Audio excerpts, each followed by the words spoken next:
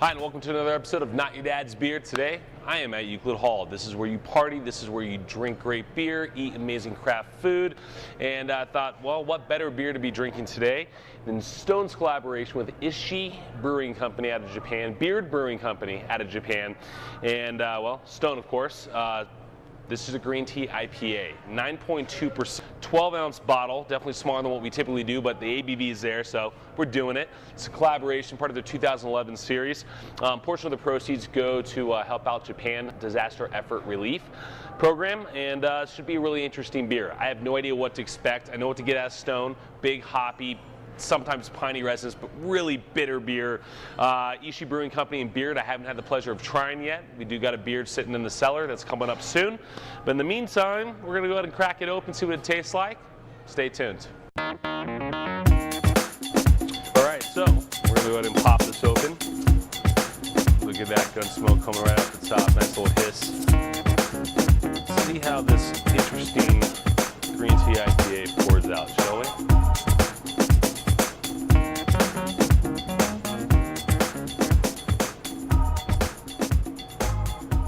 Let them pour her all out. So right away, instantly a bright orange color to it. The head itself is definitely an off-white with just orange lacing on the inside. It reminds me of looking at like a Fanta or a Crush, to be honest with you. Really good carbonation. It's definitely hazy on the inside of the glass, though. Before I poured it off, there's definitely a lot of floaties going on. Could be hops, could be green tea. We're gonna get into it and see what it's like, but the head retention looks fantastic. Bubbles are bursting right off there off the top. Otherwise, this looks like it's gonna be a really fun IPA. Okay, so we got the beer poured. We're gonna go ahead and give it a good swirl. Now, I poured it all out, which is not something I usually do, but I deal with large format stuff typically.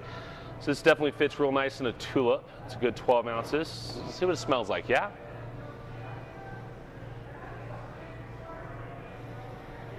It smells really, really clean. Not what I would have expected, although I like, you know, a Green Tea I.P.A. The smell is really fantastic. It's clean. Very citrus, very floral, touch of bitter on the back. Nothing too overwhelming on the hop side of things, but you're definitely getting a floral note. It screams Japanese all over it, you know?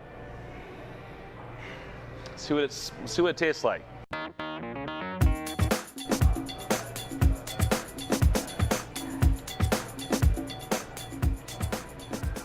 Also very, very clean.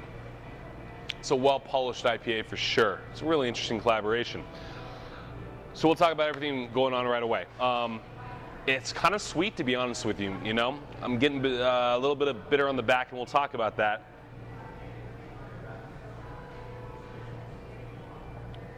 But first sip definitely has green tea all over it, not overwhelming. It's really balanced out by the hops. There is a sweetness happening. It starts on the very front of the palate and kind of works its way around, followed by bitter. But the bitter isn't overwhelming. It's definitely not something, I wouldn't think this would be Stone, to be honest with you. With how massive their beers are, they really toned it back to make this collaboration work. This is any indication of what Ishii Brewing or Baird Brewing out of Japan does. This is really nice. It's a polished, clean IPA. Hits of spice coming through, a little bit of tropical fruit, which is coming from the hops. I mean, you're definitely getting the sweetness from those.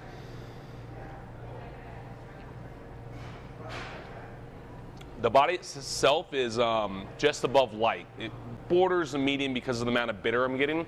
But aside from that, this is light, easy drinking. Coming in at 9.2% is extremely scary because this is beyond sessionable in flavor. I'm liking this a lot. This is a really good summer beer for sure.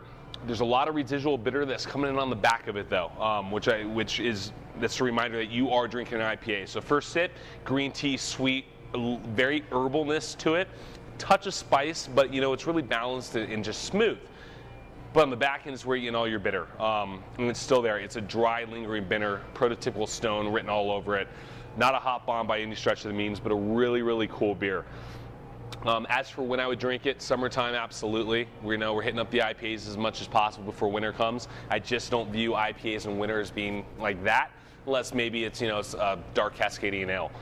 So this, June, July, August for sure. Moving into fall will definitely work. Just, look at that lacing. Just kind of sticks and falls, doesn't it? In terms of food that I would pair this with, you got to go something delicate. I mean, sushi obviously would be pretty cool, just because delicate beer, delicate sushi, it could work, especially if you do something fried in tempura batter. If you really wanted to mix it up, I think this would go really good with some Spanish or Mexican dishes. I think this would be really interesting in jambalaya, just because there is a touch of bitter to it. If your jambalaya is spicy, it's going to spice up as well. Maybe it's me, but I'm just craving Mexican food right now, and this would go really well with a burrito. I think this would be extremely good with grilled chicken as well, or roasted. It would go great. So summertime, lighter, more delicate foods. In terms of flavor, you're getting all the herbaceousness out of green tea, a touch of sweetness, and a dry bitter that just kind of lingers. Pick up a bottle of Stone, support Ishii, support Baird, support Stone, and most importantly, drink great beer. That's what this is. Thanks for joining us today. Not Your Dad's Beer. See you next time. Japanese Green Tea I.P.A, 9.2%, 12-ounce bottle, and I gotta tell you something, this is not your dad's beer.